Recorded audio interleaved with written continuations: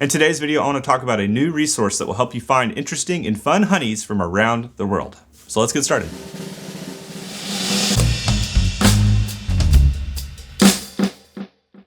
So this idea first started with me looking at my meadow foam honey.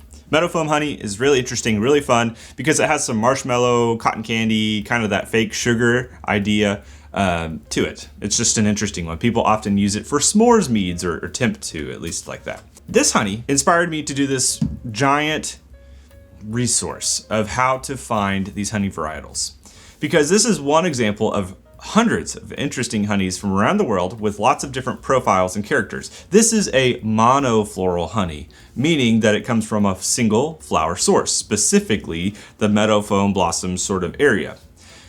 Other examples are orange blossom honey, tupelo blossom honey, coriander blossom. Anything like that where it comes from a single floral source is a monofloral honey.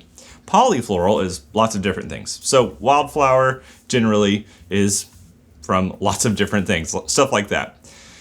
Both are great. Monoflorals are just more interesting because they have the unique characters to them. And one thing I wanted to do was create a resource for you to list, or for you to see, all of the monofloral honeys and what flavor profiles they have. So if you're looking for something going, I really want that marshmallow character in my brew, then hey, look, meadow foam has it.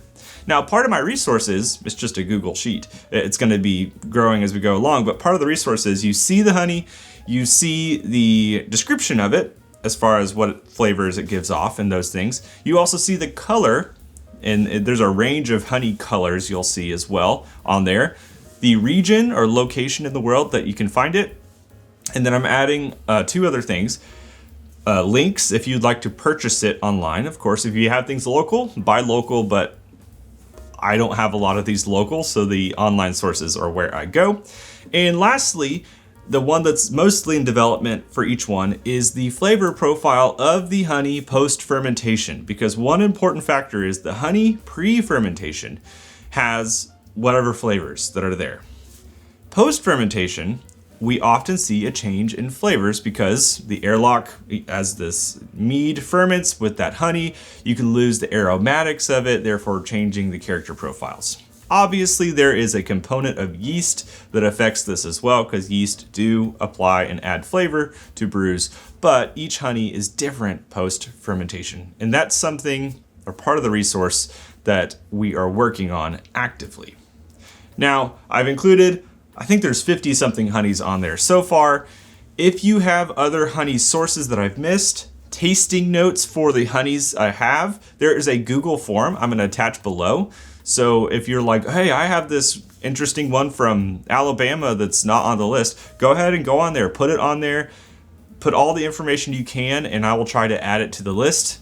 And if there's a link to buy it, of course, go ahead and add that as well. But I want to make this a giant honey book, a honey resource for monofloral honeys.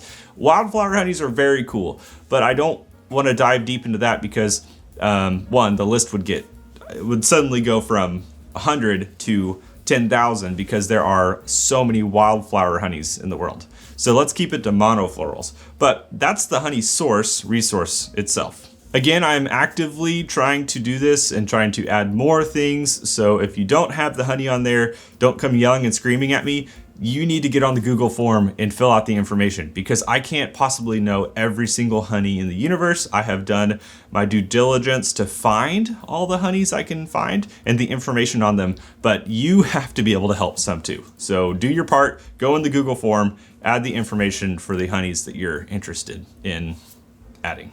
So that's my resource. If you'd like to, it's a Google Sheet. If you open the Google Sheet, next time you go and open Google Sheets in general, it will be there. So it'll always be actively updating as best as I can. And I hope that it's helpful for your brewing experience, even just for your educational experience. Maybe you just peruse it and go, oh, I didn't know that tupelo had this character, or black locust honey had this character. Like, there's a lot of information on there that will help you. And you might even see some honeys that are local to you based off the regions that you could go and get. So thank you for supporting. Fill out the form if you would like to help with this ginormous project, and I'll see you in a future video.